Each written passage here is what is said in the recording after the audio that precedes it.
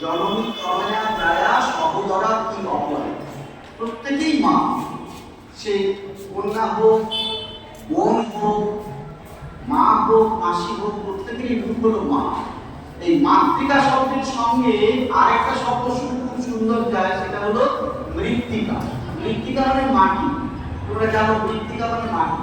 মাতৃকা আর মৃত্তিকা দুটি পাশাপাশি শব্দ, সমশব্দ বলতে পারি। কেন না, মাতৃকা আমরা আমাদের ধাত্রী, সমাজের ধাত্রী হলেন মা। আমরা তার গর্ভে 10 মাস 10 দিন থাকি, তিনি ধারণ করেন, তিনিও ধাত্রী। আবার জন্মের পর থেকে যিনি ধারণ করেন সেই ধাত্রী হলো মৃত্তিকা।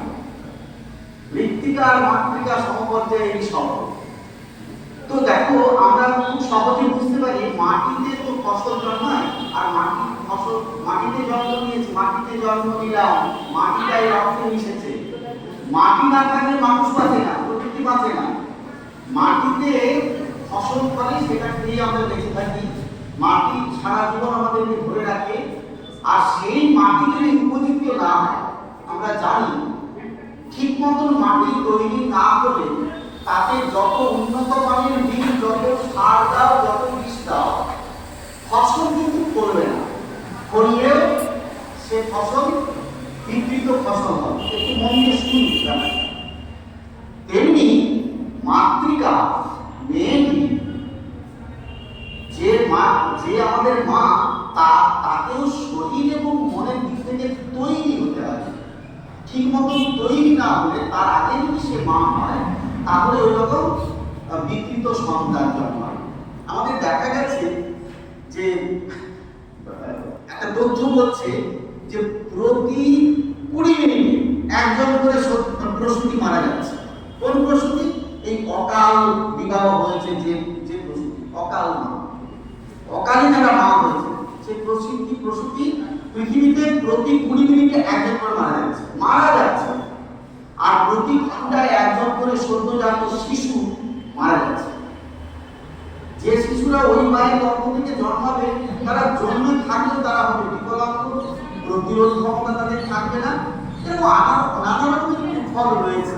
আমাদের দুর্ভাগ্য, বিশেষ করে এই মেদিনীপুরবাসীর দুর্ভাগ্য, যে আজকে এই 2025 সাল, অর্থাৎ 21শ শতাব্দীর 1/4 আমরা পেরিয়ে এসেও আজ এই জ্বলন্ত সমস্যা নিয়ে আমাদেরকে আলোচনা করতে হচ্ছে, সবাইকে সচেতন করতে হচ্ছে। অথচ আজ থেকে 206 বছর আগে এই মেদিনীপুরের মাটিতে জন্মেছিলেন এক হিরণ্ময় পুরুষ, আমরা সবাই জানি, তার নাম বিদ্যাসাগর, ঈশ্বরচন্দ্র বিদ্যাসাগর।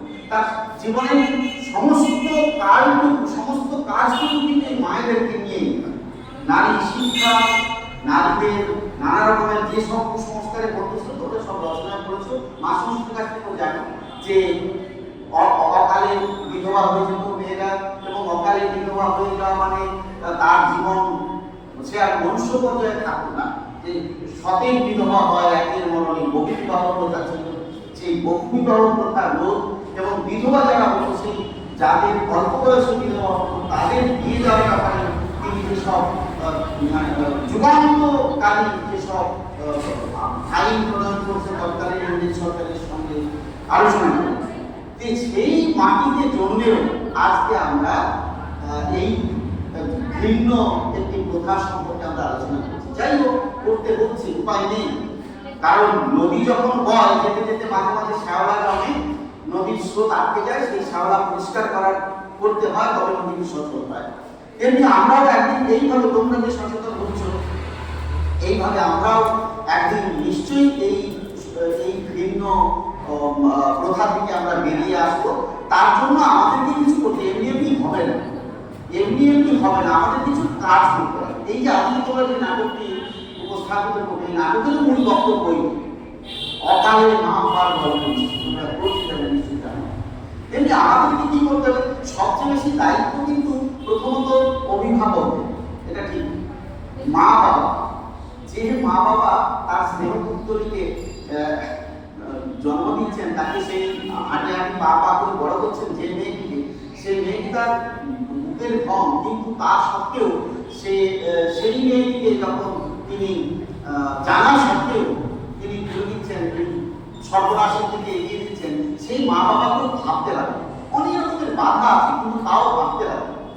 দ্বিতীয়ত, এই আমরা যারা স্কুলে কাজ করি সবচেয়ে বেশি দায়িত্ব কিন্তু আমাদের নিজেদের ছেলে মেয়েদের কথা আমরা যেমন ভাবি, আমাদের মধ্যে সেই চেতনা রয়েছে, আমরা ভাবি আমরা কখনোই 18 বছরের আগে আমাদের মেয়ের কথা ভাবি না, তেমনি আমাদের ছাত্রছাত্রীদেরকেও সন্তান সমূহকে তাদেরকেও দেখতে হবে যে তারা ওই 18 বছরের আগে তাদের কোথাও মেয়েদের বিয়ে হচ্ছে, মেয়েদের ক্ষেত্রে 18 বছর, ছেলেদের ক্ষেত্রে 21 বছর। কিন্তু ছেলেদের কথাটা একটু পরে ভাবতে চলবে এই জন্যে, কারণ এই বাল্য বিবাহ সবচেয়ে বেশি ক্ষতি করছে, সর্বনাশ করছে মেয়েদের, এটা আমরা জলপ দেখতে পাচ্ছি।